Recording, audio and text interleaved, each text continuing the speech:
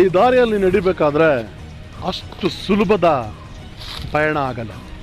ಏಳು ಬೀಳು, ನೋವು, ನಲಿವು, ಕಲ್ಲು ಮುಳ್ಳು ಎಲ್ಲ ಇರುತ್ತೆ.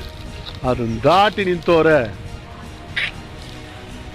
Super star. ಒಂದು ಕವನ ಹೇಳ್ತೀರಾ? ಹೌದು ಸರ್, ಹೇಳ್ತೀನಿ. ಓಕೆ. ಕವನ ಹೇಗೆ ಅಂತಂದ್ರೆ, ಒಂದು ಗದ್ಯ, ಪದ್ಯ ಮತ್ತೆ ಒಂದು ಬಾಲ್ಯದ ಜೀವನ ಸೇರಿಸಿ ಬರೆದಿರೋ ಅಂಥದ್ದು. ಅವರು ಕೊಟ್ಟಿರುವ ಚಿತ್ರಕಥೆಗೆ ಶೀರ್ಷಿಕೆ ಬಾಲ್ಯದ ಆಟ.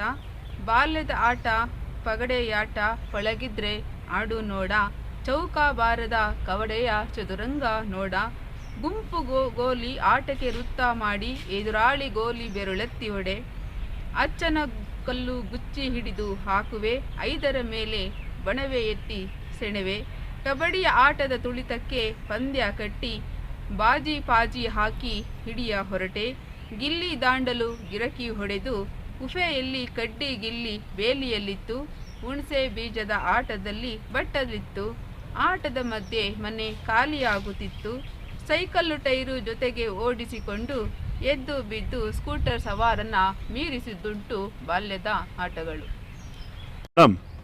ತಾವು ಈ ಒಂದು ಸಾಹಿತ್ಯದ ಲೋಕಕ್ಕೆ ಪಾದಾರ್ಪಣೆ ಮಾಡಿ ಸುಮಾರು ಇವಾಗ ವರ್ಷಗಳೇ ಕಳೆದಿದೆ. ಈ ಒಂದು ಜರ್ನಿಯಲ್ಲಿ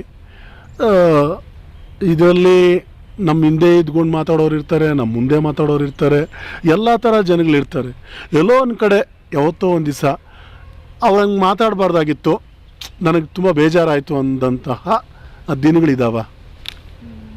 ನಾನು ಗಮನಿಸಿದ ಹಾಗೆ ಯಾರು ಏನು ಆ ರೀತಿ ಮಾತಾಡಲಿಲ್ಲ ನನ್ನ ಮುಂದೆ. ನಾನು ಹಿಂದೆ ಮಾತಾಡ್ಕೊಂಡಿದ್ರೆ ನಾನೇನು ಮಾಡ್ಲಿಕ್ಕಾಗಲ್ಲ, ಮುಂದೆ ಯಾರು ಆ ರೀತಿ ಮಾತಾಡಲಿಲ್ಲ.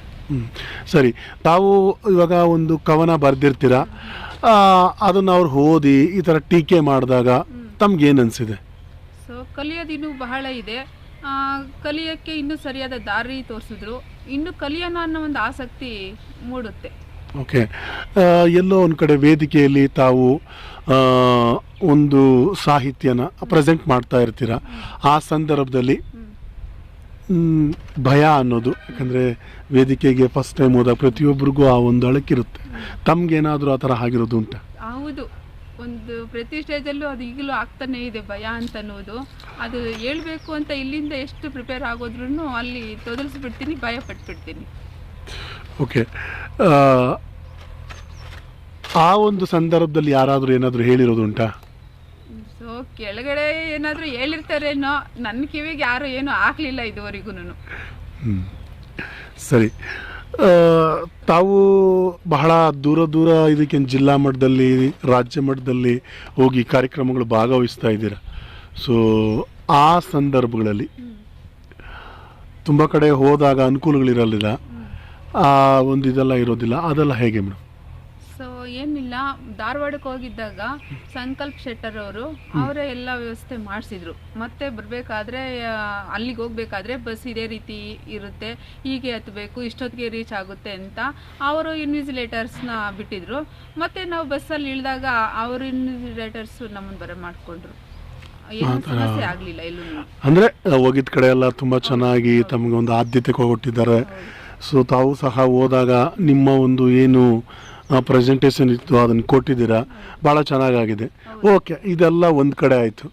ಮತ್ತು ತಮ್ಮ ವೈಯಕ್ತಿಕವಾದ ಜೀವನದಲ್ಲಿ ಈ ಒಂದು ಕಲೆ ಸಾಹಿತ್ಯ ಅನ್ನೋದು ಬಂದಿದೆ, ಆದರೆ ಪರ್ಸ್ನಲ್ಗೆ ಏನಾದರೂ ತೊಂದರೆ ಆಗಿದೆಯಾ ಇದರಿಂದ ನಿಮಗೆ? ಸೊ ಇಲ್ಲ, ನಮ್ಮ ಮನೆಯವರು ಅಂತ ಏನು ಪರ್ಸನಲ್ ಇದು ಮಾಡಲಿಲ್ಲ. ಇನ್ನು ಅವರು, ನಮ್ಮ ಮನೆಯವರು ನನ್ನ ಆತ್ಮೀಗಳು ಜಾಸ್ತಿ ಸಪೋರ್ಟ್ ಮಾಡ್ತಾರೆ. ನೀನು ಬರೀ ಅಮ್ಮಿ, ನಿನ್ನ ಕೈಲಾಗುತ್ತೆ, ಏನಾದರೂ ಹೋಗಲಿ, ಯಾರಾದರೂ ಏನಾದರೂ ಅಂದ್ಕೊಂಡ್ರು ನೀನು ತಲೆ ಕೆಡಿಸ್ಕೋಬೇಡ, ನಿನ್ನ ದಾರಿ ನಿನ್ನದು, ಸಾಧನೆ ಏನಾದರೂ ಇರಬೇಕಾದ್ರೆ ಇಂಥವೆಲ್ಲ ಅಡ್ಡ ಬಂದೇ ಬರ್ತವೆ ಅಂತ ಅವ್ರು ಖುಷಿ ಮಾಡ್ತಾರೆ. ಓಕೆ. ಹಾಗೆಯೇ ಈಗ ತಮ್ಮ ಜೊತೆಯಲ್ಲಿ ಇನ್ನು ಸಹ ಸಾಹಿತಿಗಳಿರ್ತಾರೆ, ಯೂತ್ ಕಲಿಯೋರು ಇರ್ತಾರೆ, ಅಂಥವ್ರಿಗೆ ಸಪೋರ್ಟ್ ಮಾಡ್ತಾ ಇದ್ದೀರಾ ಅಂತ ಕೇಳ್ಪಟ್ವಿ.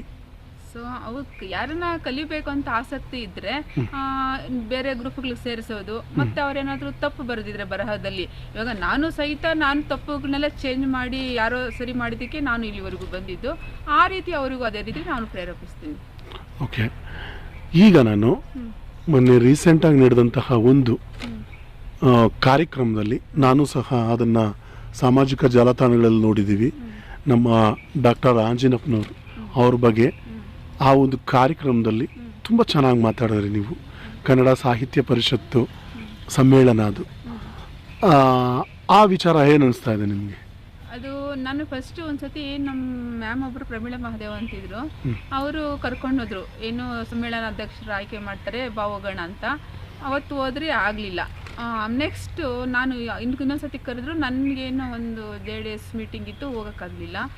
ಆಗ ಸಮ್ಮೇಳನಾಧ್ಯಕ್ಷರು ಡಾಕ್ಟರ್ ಆಂಜಿನಪ್ಪ ಅಂತ ಹೇಳಿದ್ರು.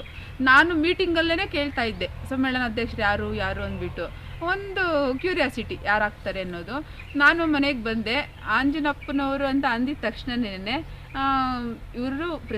ಇವರು ಪ್ರಸಿದ್ಧಿ ನಮ್ಮ ದೊಡ್ಡಬಳ್ಳಾಪುರ ನೆಲೆಯಲ್ಲಿ ತುಂಬಾ ಇದರಾಗಿ ನಾನು ಬರೀಬೇಕು, ಇದು ಇತಿಹಾಸದಲ್ಲಿ ಇರೋ ಹಾಗೆ ಕೊಡಬೇಕು ಅಂತಂದ್ಬಿಟ್ಟು ಯೋಚನೆ ಮಾಡಿದೆ. ಆವತ್ತು ಮನೆಯಿಂದ ಎಲ್ಲೂ ಹೊರಗೆ ಹೋಗಲೇ ಇಲ್ಲ. ಅವತ್ತು ಮಾರನೇ ದಿವಸ ರಾತ್ರಿ ಎಲ್ಲ ಅದನ್ನೇ ತಲೆಯಲ್ಲಿ ಡೀಪಾಗಿ ಇಟ್ಕೊಂಡು ಬೆಳಗ್ಗೆ ಏನು ನಿಜ ಹೇಳಿದ್ರು ಕೇಳ್ತೀರಾ, ಸುಳ್ಳು ಹೇಳಿದ್ರು ಕೇಳ್ತೀರಾ, ಯಾವುದೇ ಒಂದು ಫೋನ್ ಕಾಲ್ ಪಿಕ್ ಮಾಡಲಿಲ್ಲ ಅವತ್ತು. ನಾನು ಒಂದು ಪದ್ಯ ಒಂದು ಕವನ ಬರೆಯೋಕೆ ಹಿಡಿದ್ರೆ ಅದನ್ನು ಮುಗಿಸ್ಬಿಡ್ಬೇಕು.